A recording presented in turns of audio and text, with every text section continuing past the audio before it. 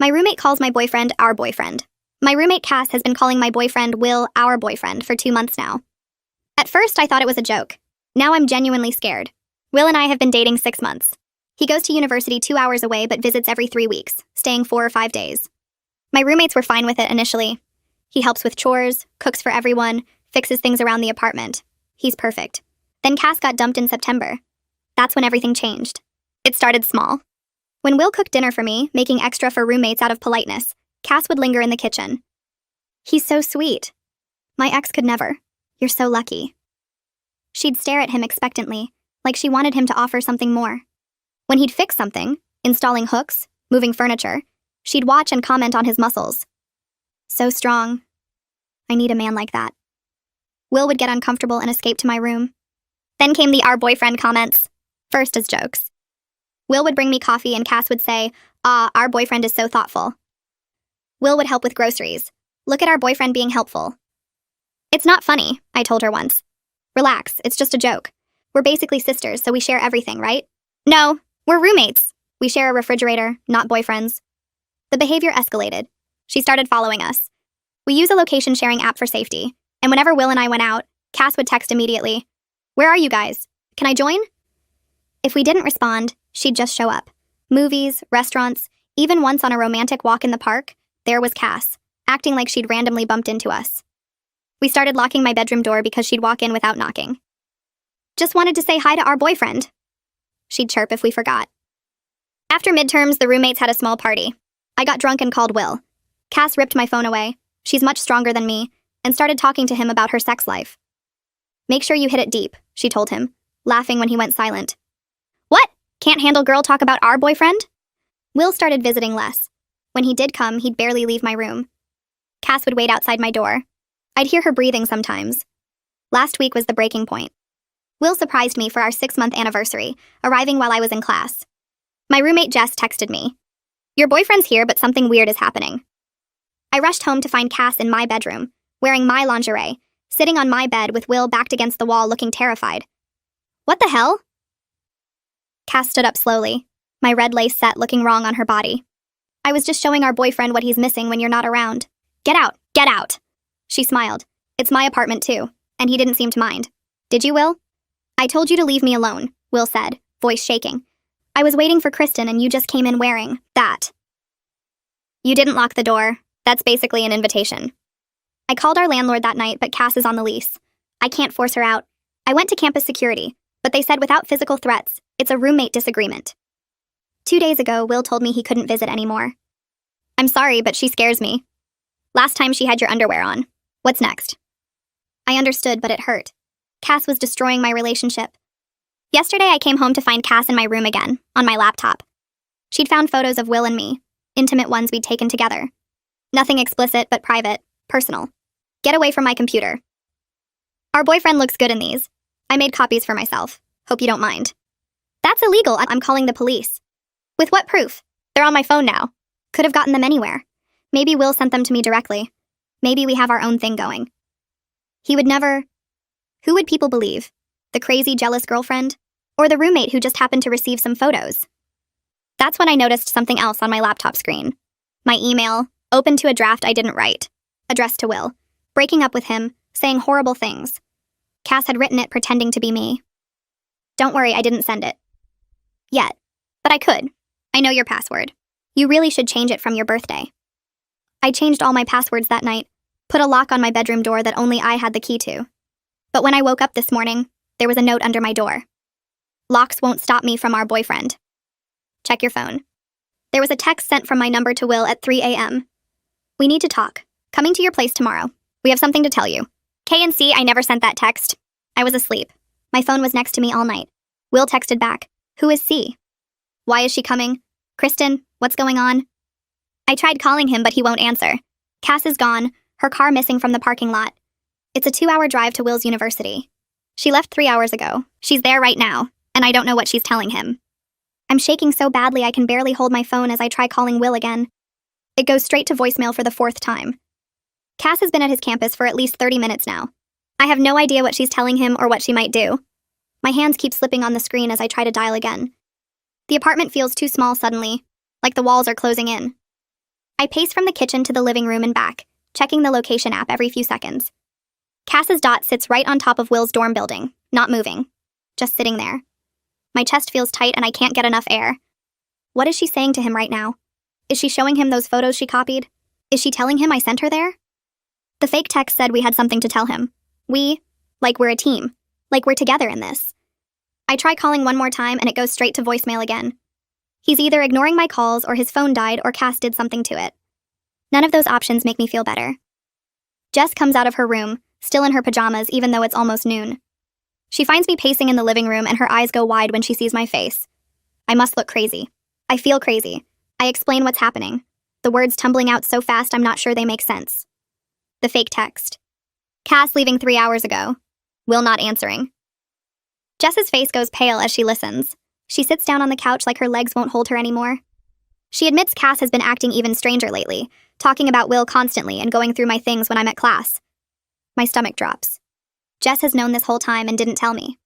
She says she's seen Cass standing outside my locked bedroom door just listening. She's heard Cass talking to herself about Will when she thinks no one is home. Last week, Jess caught Cass going through my closet, holding up my clothes and looking at herself in the mirror. Jess thought about saying something but didn't want to cause drama. Drama. Like this isn't already the worst drama possible. I make the decision immediately. I'm driving to Will's university right now, even though it's 2 hours away and I have an exam tomorrow. I don't care about the exam. I need to get to Will before Cass does something worse. Jess offers to come with me for support and I'm so grateful I could cry. I'm too panicked to make this drive alone. My hands are still shaking and I'm not sure I could focus on the road. Jess says she'll drive and I can keep trying to reach Will. She disappears into her room to get dressed and I grab my keys and phone and wallet. I don't pack anything else. I don't think about what we'll do when we get there. I just know I need to go now. We're on the road within 15 minutes. Jess drives while I keep trying to reach Will and checking Cass's location on the app. Cass's phone shows she's stationary at Will's dorm building, which makes my stomach twist with worry about what's happening there. Is she in his room? Is she talking to his roommate? Is she waiting in the lobby? The Dot doesn't move. Just sits there like a target. I try calling Will again. Voicemail. I try texting. No response. I open the location app again and zoom in on Will's dorm. The Dot is right there. Cass is right there. I zoom out and check our location. We're barely 10 miles from our apartment. This drive is going to take forever. Jess merges onto the highway and I watch the mile markers start to count down. 120 miles to go. 2 hours feels like an eternity. Jess starts talking and I realize she's been keeping notes about Cass's behavior because it scared her. She pulls out her phone at a red light and shows me. Dates and times and descriptions. The times Cass stood outside my locked door. The weird comments about sharing everything. The way Cass watched my location obsessively. Jess has pages of notes going back weeks. She says she should have told me sooner but didn't want to cause drama. That word again. Drama. I tell her it's okay, that I missed the signs too, that we both thought Cass was just weird and lonely after her breakup. But looking at Jess's notes, seeing it all written down like evidence, makes it real in a way it wasn't before. This isn't just roommate weirdness. This is something worse, something dangerous. An hour into the drive, I finally get a text from Will. My phone buzzes and I grab it so fast I almost drop it. The message makes everything inside me freeze. Your roommate is here and she's telling my RA that you sent her to check on me because you're worried about my mental health. This is insane. Where are you? I read it 3 times. Cass is telling people I sent her. She's using that fake text as proof. She's making herself look like the concerned friend and making me look like the worried girlfriend. Or worse, like the controlling girlfriend who sends people to check up on her boyfriend. My hands shake as I type back. I text immediately explaining that Cass sent that message from my phone without permission, and I'm on my way there now. I tell him about waking up to find the text already sent, about Cass leaving 3 hours ago, about how I've been trying to call him. I send the text and watch the screen. 3 dots appear. Will is typing. Then they disappear. Then they appear again. Finally, his response comes through. Cass is acting very calm and reasonable, which is somehow more scary than if she were obviously unstable. That makes my blood run cold. Of course Cass is acting calm. She's good at that. She was calm when she wore my underwear. She was calm when she copied my photos. She's always calm when she does the most messed up things. That's what makes her so frightening. Jess suggests we stop at a gas station to document everything on my phone. Screenshots of Cass's location history, the fake text she sent, the timeline of behavior that's been getting worse. She says we need evidence in case this becomes a legal issue. Legal issue. I hadn't even thought about that. But Jess is right. We pull off at the next exit and park at a gas station. I start taking screenshots while Jess goes inside to get us coffee. I screenshot Cass's location from this morning showing her at Will's campus. I screenshot the fake text with the timestamp showing 3 in the morning. I screenshot old texts where Cass called Will our boyfriend. I screenshot everything I can think of. My photo gallery fills up with evidence. When Jess comes back with coffee, she helps me organize it into a folder. We label it with today's date, just in case. We arrive at Will's campus just as the sun is setting. The sky is orange and pink and pretty, but I barely notice. My hands are shaking again as we park outside his dorm. Will texts that Cass is in the common area talking to his roommate Theodore, acting like she's my official representative here to discuss our relationship. Official representative. Like I gave her permission. Like I sent her here. I feel sick. Jess puts her hand on my arm and asks if I'm ready. I'm not ready. But we get out of the car anyway. I walk into the dorm with Jess right behind me. The common area is to the left through glass doors. I spot Cass immediately sitting on a couch with a guy who must be Theodore. They're laughing like they're old friends. Cass has her hair down and she's wearing makeup and a nice sweater. She looks normal. She looks friendly. Theodore is smiling at something she said. When Cass sees me walk in, her whole face changes. The friendly smile disappears. Her expression shifts to something cold and mean that I've never seen before. She stands up slowly, still looking at me. Theodore notices the change and looks confused. Cass's eyes are hard and her mouth is set in a thin line. She doesn't look scared or caught. She looks angry that I showed up. Her voice gets loud and carries across the room. Several students sitting at tables with their laptops look up from their screens. She stands slowly and her smile is different now, sharper. I'm so glad you finally made it, Kristen. We need to have an honest conversation with Will, don't we? The way she says we makes it sound like we're a team, like we planned this together. More heads turn. A girl near the window whispers to her friend. My face gets hot and I can feel everyone watching us now. There is no we. You need to leave right now. Nobody invited you here. My voice shakes, but I keep it steady enough. Cass tilts her head like I said something funny. Will seemed really happy to see me when I got here. We had a great talk about all the problems you've been having. He understands now. She looks at Will when she says it. Will's face goes red and he steps back from her. He looks uncomfortable, almost sick. Theodore glances between them, looking confused. Will moves forward and stands next to me. I asked you to leave about 6 times, Cass. You kept saying you were worried about Kristen and needed to make sure she was okay. You wouldn't go. His voice is firm, but I can hear the strain in it. Theodore nods and crosses his arms. She showed up maybe an hour ago. I thought she was your friend at first because she acted normal, but every time we asked her to leave, she changed the subject or said she needed 5 more minutes. Theodore's friendly smile from earlier is completely gone now. He's looking at Cass differently, more carefully. Jess pulls her phone out and holds it up so Theodore can see the screen. She swipes through screenshots while she talks. Cass has been following them for months. She uses their location app to show up wherever they go. She goes into Kristen's room without permission. She sent a fake text from Kristen's phone at 3 in the morning. Jess keeps swiping and shows him more. Photos of the weird texts. The timeline of Cass showing up at restaurants and movies. Theodore's eyes get wider as he scrolls through the evidence. His whole body language shifts. He steps away from Cass slightly and looks at her like he's seeing someone completely different. Cass's calm face cracks. Her jaw gets tight and her eyes narrow. Everyone is making this into such a huge deal. I just wanted Will to know how much Kristen complains about him when he's not around. She's always saying she wishes he went to the school here instead of 2 hours away. She thinks you're clingy. She looks right at Will when she says it. She actually sent me here to break up with you because she's too scared to do it herself. Her voice gets louder and sharper with each word. Will's face goes pale. I grab my phone and pull up my email. My hands are shaking so much it takes me 3 tries to find the right folder. I turn the screen toward Will. Look at this. Cass wrote this on my laptop pretending to be me. I never wrote any of this. The draft email is still there with all those horrible things about Will, things I would never say. Will takes my phone and reads it. His expression changes from hurt to confused to angry in about 10 seconds. He looks up at Cass. You wrote this? You actually sat at her computer and wrote a fake breakup email? His voice is different now, harder. Theodore reads over his shoulder and his mouth drops open. Someone must have called the residential advisor because she comes through the glass doors looking serious. She's a tall woman with dark hair pulled back and she's wearing a staff badge. What's going on here? I got a report of a disturbance. I start to explain, but my words come out jumbled. Jess jumps in and shows the RA her phone with all the screenshots. Will shows her the fake email. Theodore confirms that Cass refused to leave when asked multiple times. The RA's face gets stern as she listens. She turns to Cass. You need to leave this building immediately. You're not a student here and you're clearly unwelcome. Cass crosses her arms. I have every right to visit a friend's campus. This is a public university. Her voice gets louder. You can't make me leave for having a conversation. The RA pulls out her radio. Campus security shows up fast, 2 officers in uniform. The RA explains the situation while showing them Jess's phone. One officer asks Cass to come with them outside. Cass's face turns red and she starts yelling. This is insane! Kristen is turning everyone against me because she can't handle that Will likes me better.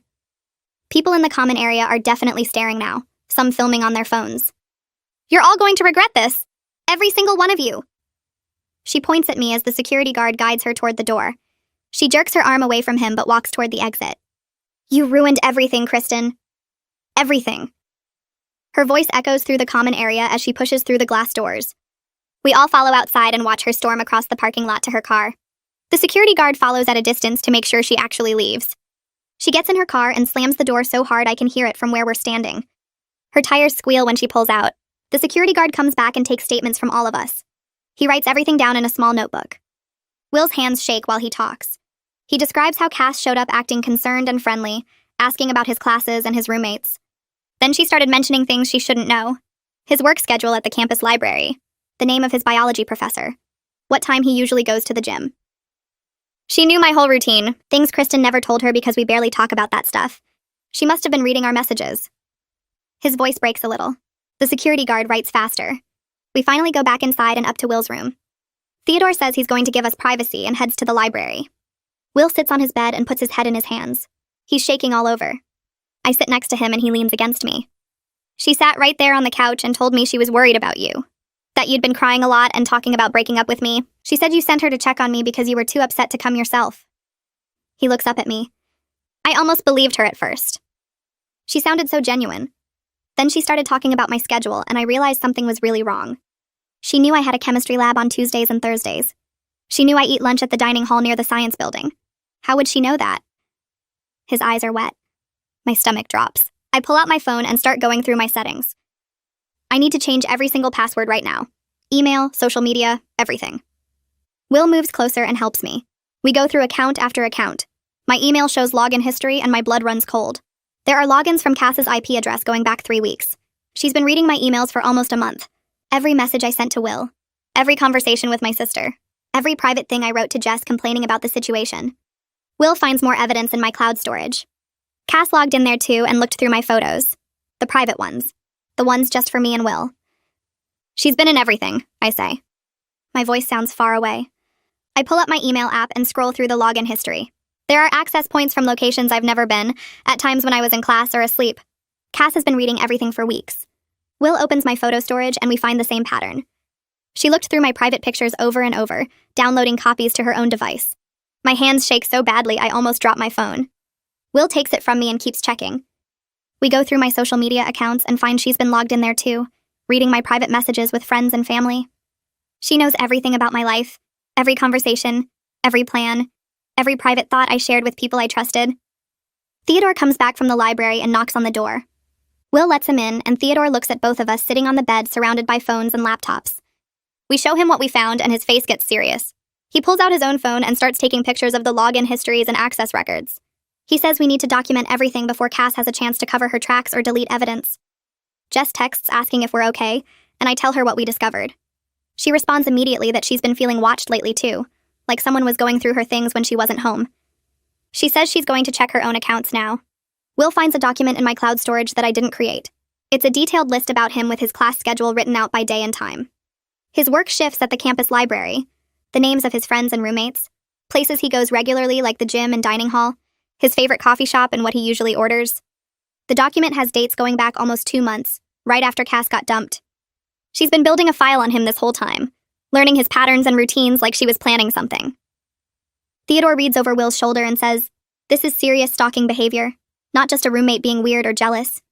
He suggests we go to campus police right away because this level of surveillance and planning is dangerous. It's almost midnight, but I'm too scared to wait until morning. What if Cass comes back here tonight? What if she does something worse now that she knows we're on to her?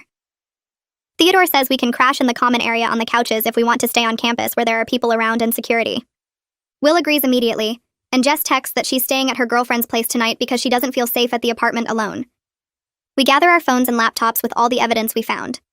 Theodore leads us downstairs to the common area where a few other students are studying late. The space feels safer with other people around, and a security guard who walks through every hour.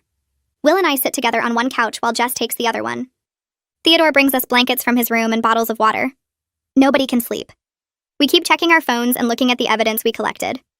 Will finally starts talking about how scared he's been since the lingerie incident. He says he didn't want to make me choose between him and my living situation because he knew I couldn't afford to break my lease or move out suddenly. He's been having trouble sleeping and focusing on his classes because he keeps thinking about Cass showing up at his door or following him around campus. He feels guilty for not being more direct about how frightened he was, but he didn't want me to think he was overreacting or being dramatic. I tell him he wasn't overreacting at all, and I should have taken the situation more seriously from the start. We talk for hours about all the warning signs we both ignored or explained away. The breathing outside my door, the constant location checking, the way Cass inserted herself into every part of our relationship, how she always knew where we were and what we were doing. Will says he started avoiding visiting me not because he didn't want to see me, but because he was genuinely afraid of what Cass might do next. Theodore falls asleep in a chair nearby, but Will and I stay awake watching the sun come up through the windows. Morning light fills the common area and other students start moving around, heading to early classes or the dining hall. I feel exhausted but wired with anxiety about what comes next. I pull out my phone and call my older sister Heidi, because I need advice from someone outside this mess who can think clearly. She answers on the second ring, sounding worried because I never call this early. I explain everything that happened yesterday and last night, about Cass driving here uninvited and the evidence we found of her stalking behavior. Heidi listens without interrupting, and when I finish, she's quiet for a moment. Then she says this behavior pattern matches stalking cases she's read about in her psychology grad program. She explains that stalkers often escalate when their target tries to establish boundaries or pull away. The surveillance and information gathering are signs of obsessive behavior that typically gets worse without intervention. She asks if I've contacted police yet, and I tell her we're planning to go this morning. Heidi says she's driving down right now and she'll be here in a few hours. She wants to review everything with us and help figure out the next steps. She tells me not to go back to the apartment alone and to stay somewhere public with other people around until she gets here. I feel relief hearing her voice and knowing she's coming to help. Will wakes up Jess and we all get coffee from the campus cafe. We sit at a table near the windows where we can see people walking by outside. Theodore joins us and we go through all the evidence again, making sure we have screenshots and documentation of everything. Heidi arrives around noon looking tired from the drive but focused. She hugs me tight and then sits down with us at the table. We show her everything we found on my accounts and the detailed file Cass made about Will. Heidi pulls out a notebook and starts writing down dates and details, organizing the information into a timeline. She explains that stalking cases require clear documentation of escalating behavior over time. One incident might seem minor, but a pattern shows intent and obsession. She points out how Cass's actions have gotten progressively more invasive and bold, from comments to following us to breaking into my accounts and showing up uninvited at Will's campus. Heidi says the fact that Cass created a detailed surveillance file on Will demonstrates planning and premeditation, which courts take seriously. She suggests we go to campus police this afternoon and file a formal report. She'll come with us and help make sure we include all the important details. Will looks nervous but agrees. Theodore says he'll come too as a witness since he saw Cass refuse to leave yesterday and heard her making threats. We walk across campus to the police department in the administration building. Officer Flynn O'Brien meets with us in a small interview room. He's younger than I expected, maybe in his 30s, with a calm, professional manner that makes me feel slightly less anxious. I start explaining the situation from the beginning while Heidi takes notes to make sure I don't forget anything important. Officer O'Brien listens carefully and asks questions about specific dates and times. He has me show him the login histories and the surveillance document Cass created. His expression gets more serious as he reviews the evidence on my phone.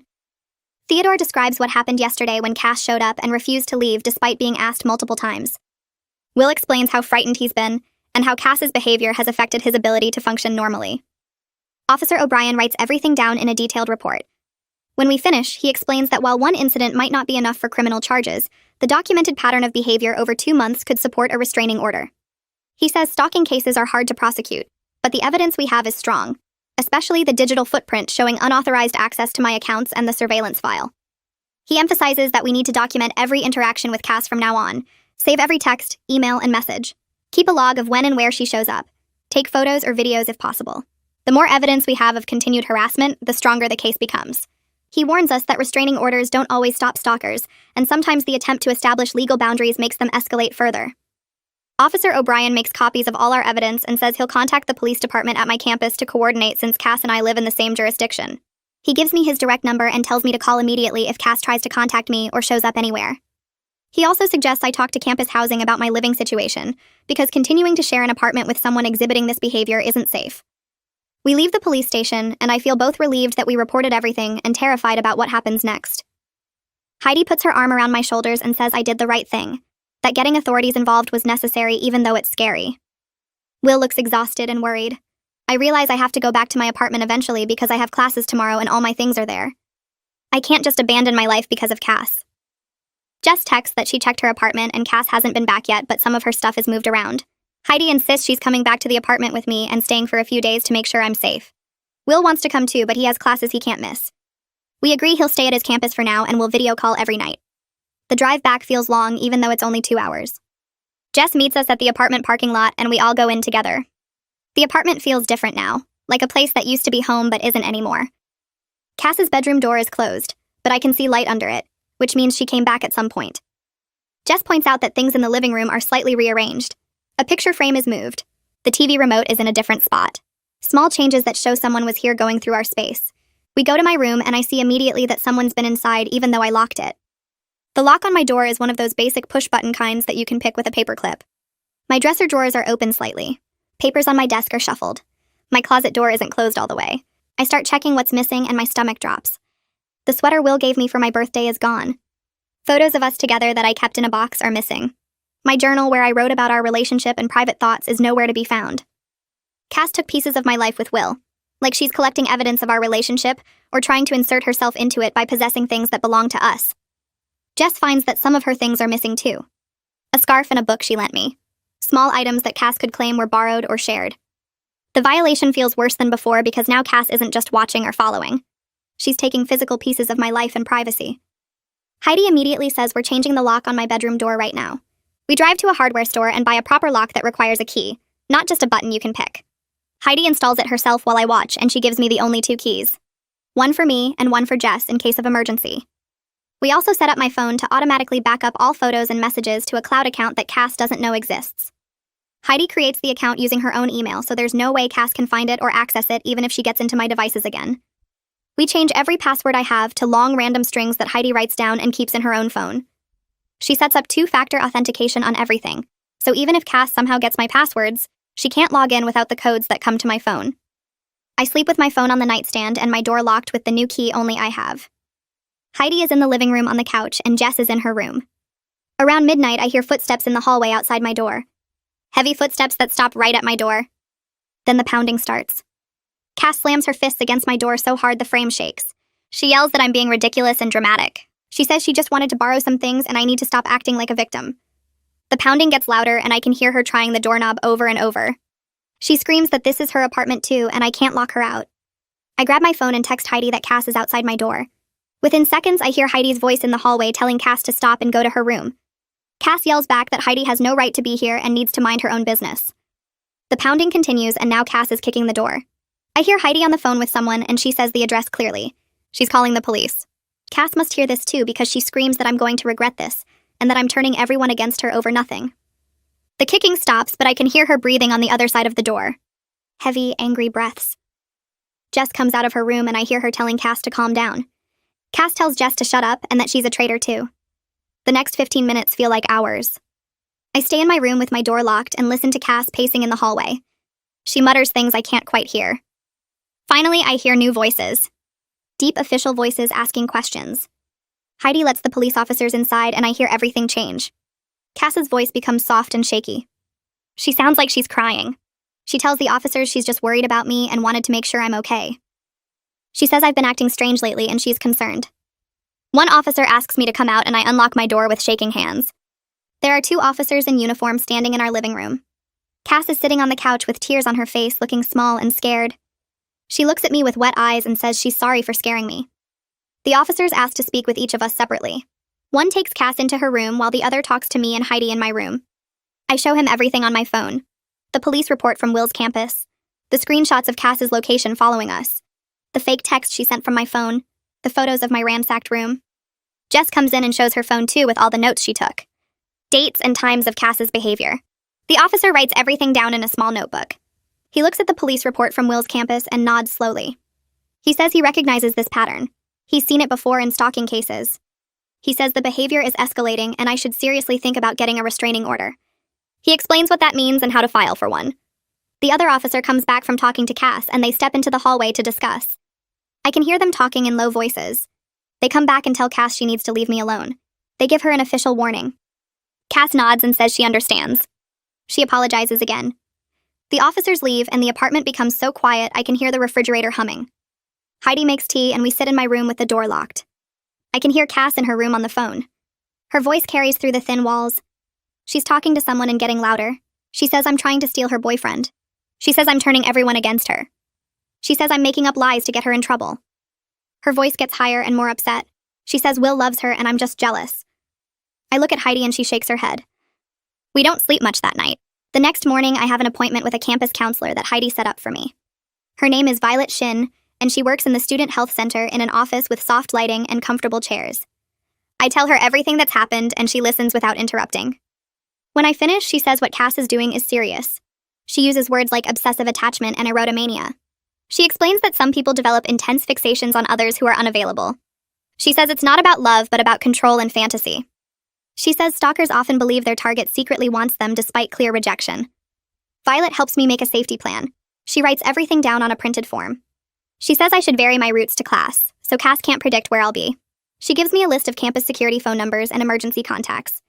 She says I should tell my professors what's happening so they're aware. She helps me identify safe people I can contact in different campus buildings if I need help. She emphasizes that stalking usually gets worse when victims try to set boundaries. She says Cass might escalate further now that police are involved.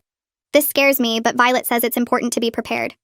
She schedules weekly appointments with me and gives me her emergency contact information.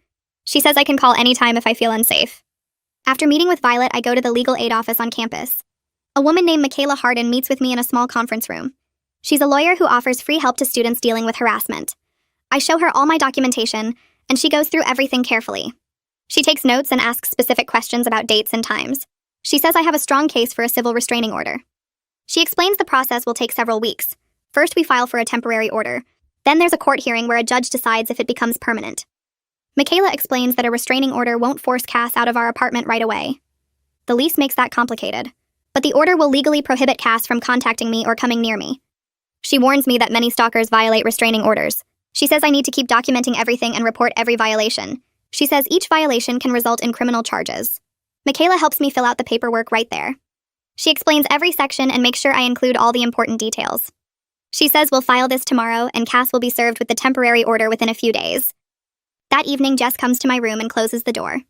She looks tired and scared. She says she can't live here anymore. She's breaking her lease early and moving in with her girlfriend off campus. She feels guilty leaving me, but she doesn't feel safe with Cass here. I tell her I understand completely. I'm actually relieved she's getting out. She shouldn't have to deal with this. Jess says she'll still be around and we can meet for coffee anytime. She promises to testify if I need her for the restraining order hearing. She starts packing that night. 3 days later, I'm in class when my phone buzzes. It's a text from Michaela saying Cass has been served with the temporary restraining order. My stomach drops. I know Cass is going to be furious. The court date for the permanent order is set for 2 weeks from now. 2 weeks where I have to face Cass in court and explain everything in front of a judge. 2 weeks of waiting and worrying about what Cass might do next. I leave class early and go back to my apartment. Jess is already gone. Her room is empty. It's just me and Cass now in this apartment, and Cass legally can't come near me, but we share walls and a kitchen. I lock myself in my room and try to study, but I can't focus. I keep thinking about the court date and having to see Cass there, having to tell a judge about the lingerie incident and the stalking and everything else. My phone buzzes again. It's Will asking if I'm okay. I tell him about the restraining order and he says he's proud of me. He wishes he could be here, but he has exams he can't miss. We video call that night and just seeing his face makes me feel a little better. But I'm still scared. 2 weeks feels like forever. The next day, I wake up to notifications flooding my phone. My stomach drops when I open social media and see Cass has posted 3 times since last night. Nothing direct, just vague messages about fake friends and people who betray you when you need them most. She writes about how some people can't handle the truth and turn everyone against you instead of looking at their own problems. She posts a quote about loyalty and how real friends stick together through everything. Everyone who knows us will understand exactly who she's talking about. My hands shake as I scroll through the comments and see people asking if she's okay, offering support, telling her they're here for her. She's already started building her version of events where she's the victim. I put my phone down and try to focus on getting ready for class, but my mind keeps spinning. Cass is telling people her story right now. twisting everything to make herself look like the wronged party. I wonder how many people will believe her before they hear my side. By lunchtime, 3 different people have reached out asking what's going on with me and Cass. One girl from my biology class sends a long text saying Cass told her I got jealous and controlling about her friendship with Will. Another acquaintance messages asking if it's true that I'm trying to get Cass kicked out over nothing. Someone else heard I filed false reports to get attention. I feel sick reading these messages because Cass has been busy spreading her lies and some people are buying it completely. I spend an hour writing responses, explaining the real situation with evidence and screenshots. Some people apologize immediately when they see proof of what actually happened. Others go quiet and don't respond at all, which makes me wonder if they believe Cass more than me. My close friends rally around me after I show them everything, and that helps. But I still feel isolated knowing there are people out there who think I'm the crazy one. Jess texts me that Cass has been posting in group chats too, playing the victim and making it sound like I overreacted to harmless jokes. The frustration builds in my chest because no matter what evidence I show, some people will always believe Cass's version. That night, Will calls me and his voice sounds different. Strained and tight in a way I haven't heard before. He tells me he had a panic attack during his economics lecture today because someone walked past who looked like Cass from behind. He couldn't breathe and had to leave the classroom, and now his professor thinks he's flaking on important material. His grades are dropping because he can't focus on studying when he's constantly worried about Cass showing up again. We talk for 2 hours, and I try to reassure him that the restraining order will help, that she can't come near him legally now, but I can hear the fear in his voice that won't go away. He says he checks the parking lot before leaving his dorm and walks different routes to class each day. He's barely sleeping because he keeps thinking he hears someone outside his door. The distance between us feels harder now, like we're both drowning separately instead of holding each other up. I hate what Cass has done to him, to us, to our relationship that was good and healthy before she decided Will belonged to her too. We promise to talk every night and stay strong, but after we hang up, I cry because I don't know how much more stress our relationship can take. 1 week before the court date, I come home from my afternoon class and immediately notice something wrong. My bedroom door is open, not just unlocked but actually open, and I know I locked it this morning with my key. My heart starts racing as I step inside and see my room has been completely torn apart.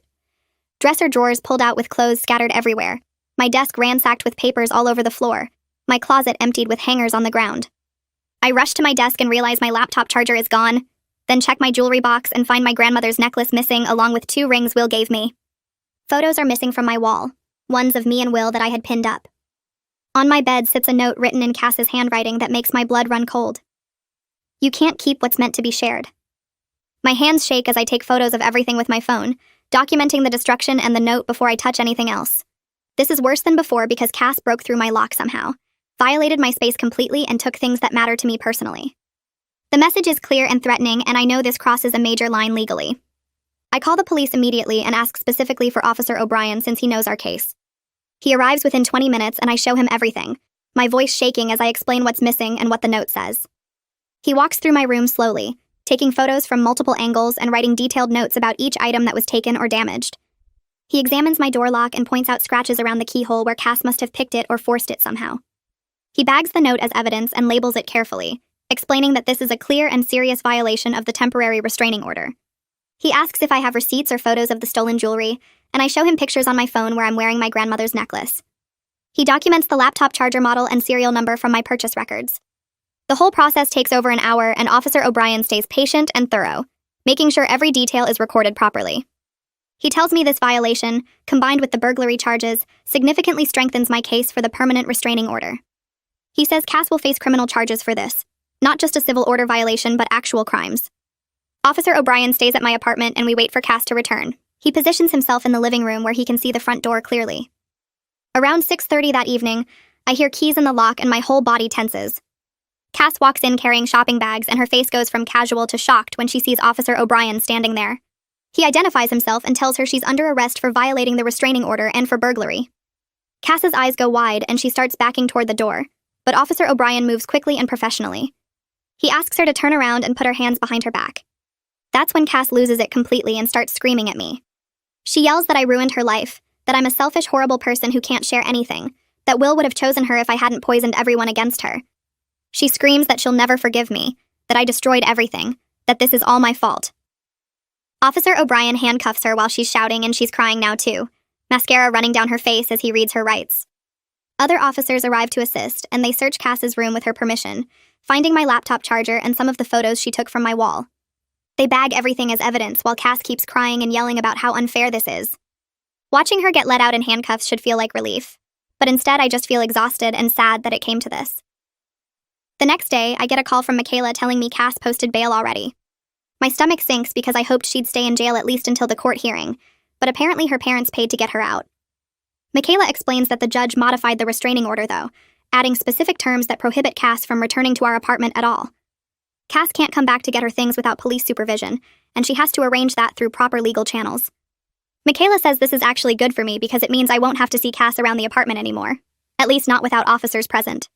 She warns me that Cass might try to retaliate in other ways since she's out on bail, so I need to stay alert and keep documenting everything.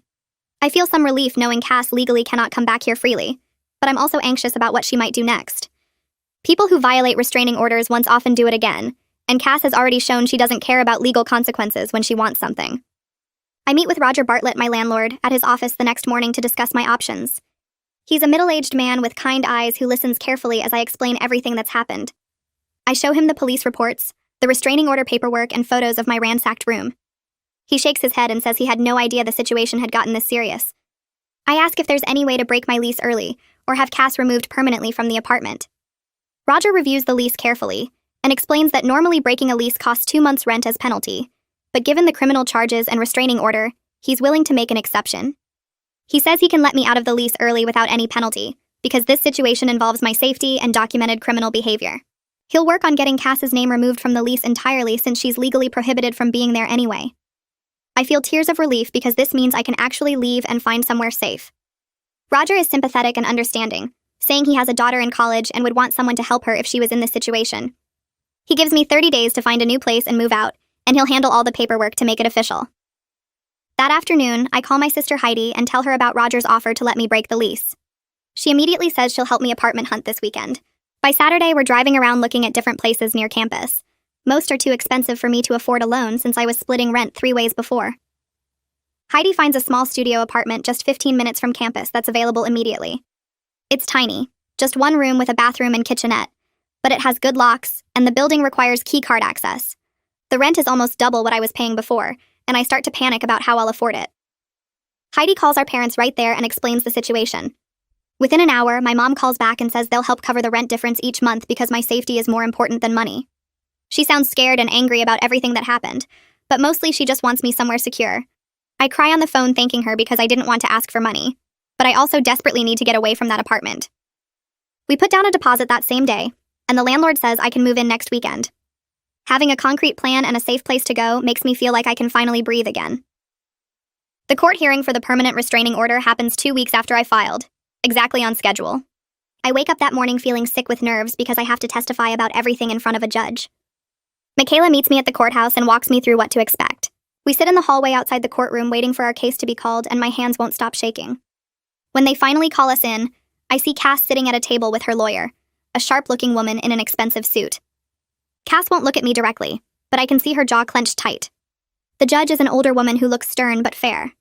Michaela presents our evidence first, walking through the timeline of Cass's behavior with photos, text messages, police reports, and witness statements. I have to take the stand and testify about the lingerie incident, about coming home to find my room ransacked, about the fake text Cass sent from my phone. My voice shakes, but I get through it, answering the judge's questions as clearly as I can. Cass's lawyer tries to make it sound like misunderstandings, like Cass was just a concerned friend who got caught up in drama. She suggests I overreacted to normal roommate conflicts, and that Cass's mental health struggles make her a victim too. But the evidence is too strong, the police report's too detailed, the pattern too clear. Officer O'Brien testifies about the break-in and arrest, and his professional account carries weight.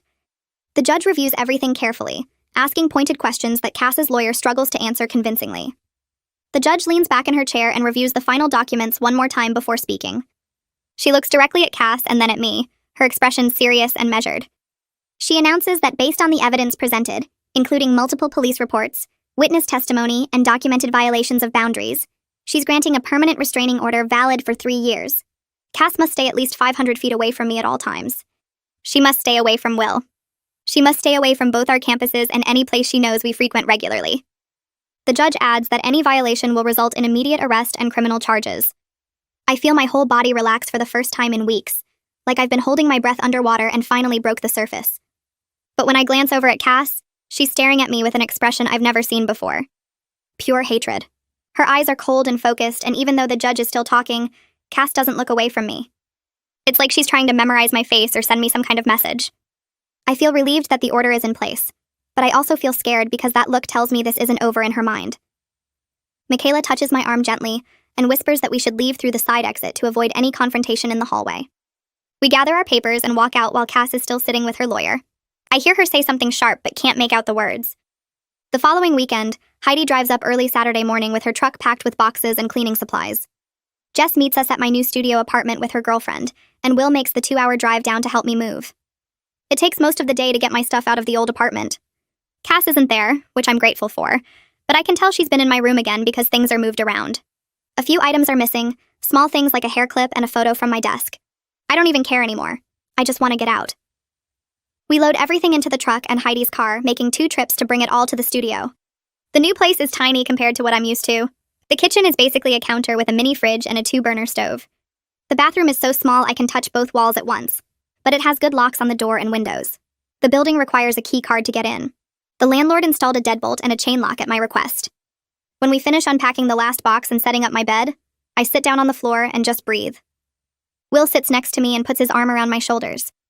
This is the first time in months that I feel like I can actually breathe deeply without worrying about who might walk through my door. Having my own space with locks only I control feels like the first real safety I've had since this whole thing started. Jess orders pizza for everyone and we eat sitting on the floor because I don't have furniture yet. Heidi promises to help me find some cheap stuff at thrift stores next weekend. For now, I have a bed, my clothes, and my privacy. That's enough. The first month in the new apartment is mostly peaceful, but Cass violates the restraining order twice. The first time happens during my Tuesday morning class. I'm walking across campus to the science building when I see her standing near the bike racks about 40 feet away. She's just standing there, watching me. I freeze for a second, then pull out my phone and take a photo of her. She sees me do it and walks away quickly, but I report it to campus police immediately. Officer O'Brien takes my statement and confirms that 40 feet is definitely within the 500-foot boundary. He says he'll file a report and contact Cass's probation officer. The second violation happens 2 weeks later through social media. I get a friend request from an account I don't recognize, and when I click on the profile, it's clearly fake. The account was created 3 days ago and has no posts, but the profile picture is a photo of Will that I know Cass took from my laptop. The account sends me a message that just says, "Thinking of you both." I screenshot everything before blocking the account and send it all to Officer O'Brien. He forwards it to Cass's lawyer with a warning that continued violations could result in jail time instead of just probation. Michaela tells me that judges take restraining order violations seriously, especially when there's a clear pattern. Each violation I document makes the case stronger if we need to go back to court. Will and I start doing video calls 3 or 4 times a week now that he's too nervous to visit my new place. He worries that Cass is watching my apartment and will follow him if he comes to see me. I understand his fear because I have the same worries, but the distance is hard. We used to spend whole weekends together, and now we're back to just seeing each other through a screen. Our calls are different from they used to be, though. We talk about real things now, about how scared we both are and what we need from each other. Will admits that Cass showing up at his dorm was the most frightened he's ever been, and he's still having trouble sleeping sometimes. I tell him about the therapy sessions I'm doing, and how Violet is helping me process everything. We make plans for what we'll do when things feel safer, places we want to visit together, normal couple stuff we couldn't focus on before. The distance is frustrating, but we're communicating better than we ever did when he was visiting regularly. We're being honest about our fears instead of trying to act like everything is fine. That honesty makes me feel closer to him even though we're 2 hours apart. I continue seeing Violet every week for therapy sessions focused on processing the trauma of being stalked. She has me work through exercises about recognizing that what happened wasn't my fault, that I couldn't have predicted how far Cass would escalate her behavior. I keep blaming myself for not setting boundaries sooner, for not taking the early warning signs seriously, for being too nice and letting Cass think we were closer than we were. Violet explains that stalkers are skilled at testing boundaries gradually, at making their victims doubt their own perceptions. She says the guilt I feel is normal, but misplaced. I couldn't have known that a roommate saying "our boyfriend" as a joke would turn into breaking into my room and stealing my identity. The anger is harder to work through than the guilt.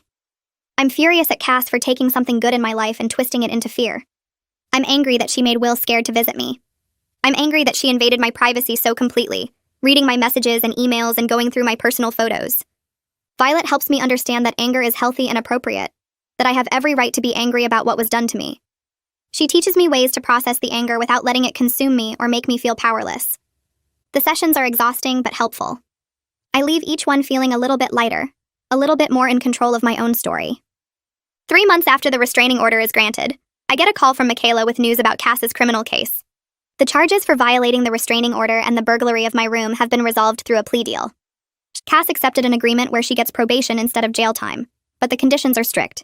She has to attend mandatory mental health treatment twice a week with a therapist who specializes in obsessive behaviors. She has to meet with her probation officer every 2 weeks and prove she's complying with treatment. Most importantly, she agreed to transfer to a different university next semester. Michaela explains that the prosecutor pushed for the transfer requirement because having Cass on the same campus as me would make it too easy for her to violate the restraining order again, even accidentally. The plea deal means I don't have to testify in a criminal trial, which is a relief because I was dreading having to face Cass in court again. Michaela warns me that plea deals don't mean the person has accepted responsibility or changed their thinking. Cass might have agreed to these terms just to avoid jail, not because she understands what she did wrong. I need to stay vigilant and keep documenting anything suspicious. The restraining order is still in effect regardless of the plea deal, and any violation still has serious consequences. Knowing that Cass will be on a different campus starting next semester brings relief so huge I almost cry when Michaela tells me. I won't have to worry about running into her between classes or seeing her at campus events. I won't have to check over my shoulder constantly or take different routes to avoid places she might be. Violet warns me in our next therapy session that stalking victims often experience something called hypervigilance, even after the threat is gone. She explains that my brain has been in constant alert mode for months, always scanning for danger, always preparing for the next violation or confrontation. That pattern doesn't just switch off immediately when the threat is removed. I notice she's right. I still check over my shoulder multiple times when I'm walking to class. I still feel my heart rate spike when I see someone with the same build or hair color as Cass. Last week, I saw a girl wearing a jacket similar to one Cass used to wear, and I had a full panic response before I realized it wasn't her. My body is still reacting like I'm in danger, even though logically I know Cass will be hours away soon. Violet says this is normal and will fade with time and continued therapy. She teaches me grounding techniques to use when I feel the panic starting, ways to remind myself that I'm safe now and the threat has passed. We'll finally feel safe enough to visit my new apartment for a weekend in early spring. It's the first time we've been together in person without fear or tension hanging over us in months. We don't do anything special. We cook breakfast together in my tiny kitchen and watch movies on my laptop. We take a walk around my neighborhood without worrying about someone following us or showing up uninvited. We talk about his graduate school applications and my plans for next semester. We talk about visiting his family over summer break and maybe taking a short trip somewhere neither of us has been before. Normal couple conversations about a future that feels possible again. Being physically close to him without the constant anxiety is strange at first. I realize how much tension I'd been carrying, how much I'd been bracing myself for something bad to happen every time we were together. Will admits he feels the same way, that he's been waiting for Cass to appear around every corner. But she doesn't appear. Nobody bangs on my door or sends weird messages. We spend the weekend reconnecting and remembering why we work as a couple. When Will leaves Sunday evening, I feel sad but not scared. We have plans for him to visit again in 2 weeks. We're building something real again without Cass's shadow over everything. Jess and I meet for coffee regularly now, usually once a week at a place halfway between our apartments. She apologizes again for not speaking up sooner about Cass's behavior, for not warning me how serious it was getting. I tell her the same thing I've told her before, that I don't blame her. I missed the signs too. I lived with Cass and saw her every day, and I still didn't recognize how dangerous her obsession was becoming until it was already out of control. Jess shares that she's been having some anxiety since everything happened, that she feels guilty for not protecting me better as a friend. I remind her that she did help. She documented Cass's behavior. She came with me to Will's campus. She testified at the restraining order hearing. She helped me move. Those actions mattered. We talk about how we both learned the same hard lesson, that you can't always tell who's going to become dangerous just by looking at them. Cass seemed normal at first, a little intense after her breakup, but not scary. The escalation was so gradual that we both normalized behaviors that should have alarmed us. We bond over our shared experience of surviving something frightening and coming out the other side. Jess is one of the few people who truly understands what those months were like, because she witnessed it firsthand. I join a campus support group for students who've experienced stalking or harassment. The group meets every other week in a private room at the counseling center. There are usually 6 or 7 people there, mostly women but a couple of men too. Hearing others' stories helps me feel less alone in what I went through. Several people share that their stalkers also seemed normal at first. One girl talks about an ex-boyfriend who seemed hurt but accepting when they broke up, then gradually started showing up everywhere she went. A guy describes a classmate who became obsessed after they worked on one group project together. The gradual escalation made them doubt their own perceptions. They wondered if they were overreacting or being paranoid. They tried to be nice and give the person the benefit of the doubt. Everyone in the group understands that specific guilt, that feeling of, I should have known sooner, or I should have been more firm about boundaries earlier. The group facilitator reminds us that stalkers are skilled manipulators who test boundaries incrementally. They make their victims question reality and doubt their own instincts. Recognizing the patterns after the fact doesn't mean we failed to protect ourselves. It means we're learning and healing. Listening to others describe their experiences and recovery gives me hope that I'll eventually feel normal again, that the hypervigilance and fear will continue to fade until they're just memories instead of constant companions. I start turning in assignments on time again, checking them twice before submitting because I'm not distracted by wondering if Cass is reading my emails or following my location. My biology professor accepts my late lab reports without penalty after I explained the situation to her earlier in the semester, and I managed to pull my grade up from a C to a B by finals week. The chemistry midterm I thought I'd failed completely actually comes back with a passing score, and my advisor tells me I'm back on track for my degree requirements. I can sit in the library now without constantly watching the door or checking my phone every 5 minutes to see if Cass has somehow bypassed my new security settings.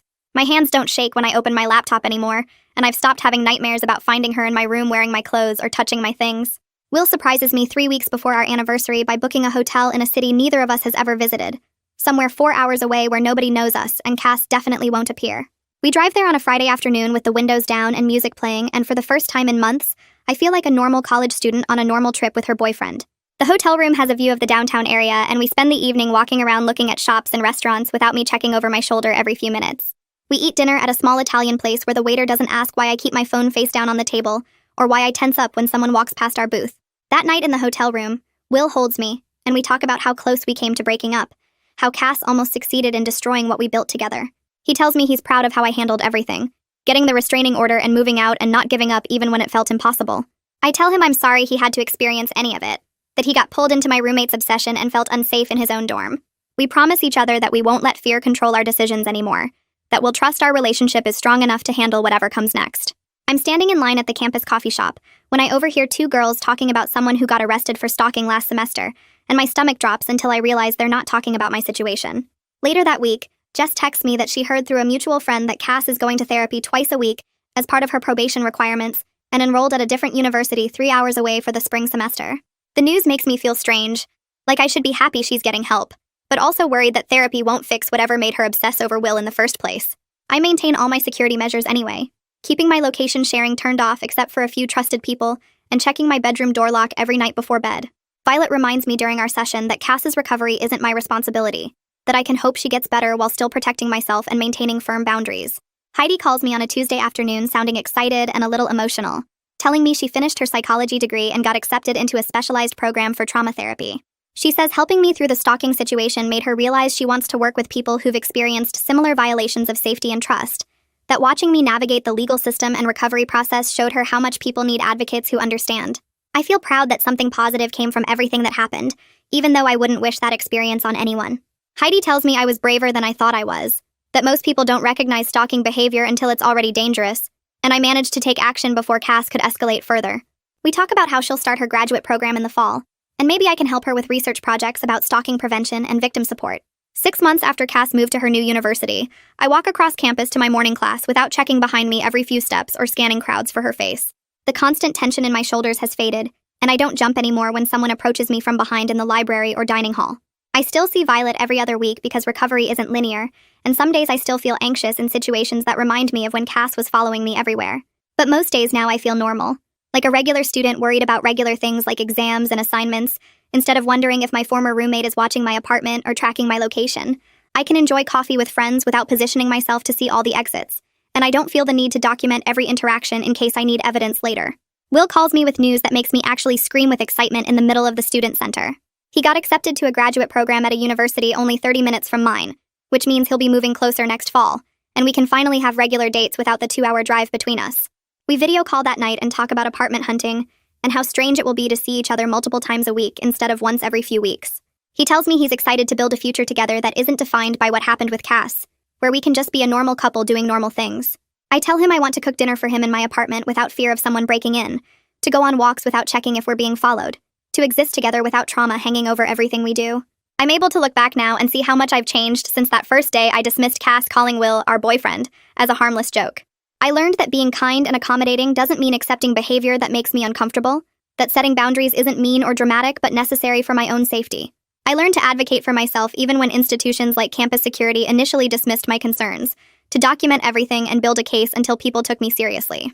I learned that protecting myself isn't selfish, that I don't owe anyone access to my space or my relationship just because we share an apartment or because they're going through a hard time.